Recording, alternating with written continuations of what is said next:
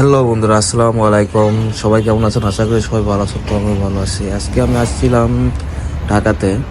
তো ফিঙ্গার দিতে আসছিলাম। তো এসে দেখি এখানে হাজার হাজার লোক জাম করে আছে ভাই। আমার তো দেখে লল্লি শুকে আসলো। হাই রে ভাই, এতগুলা লোকের মধ্যে আমি কোথায় গিয়ে দাঁড়াবো?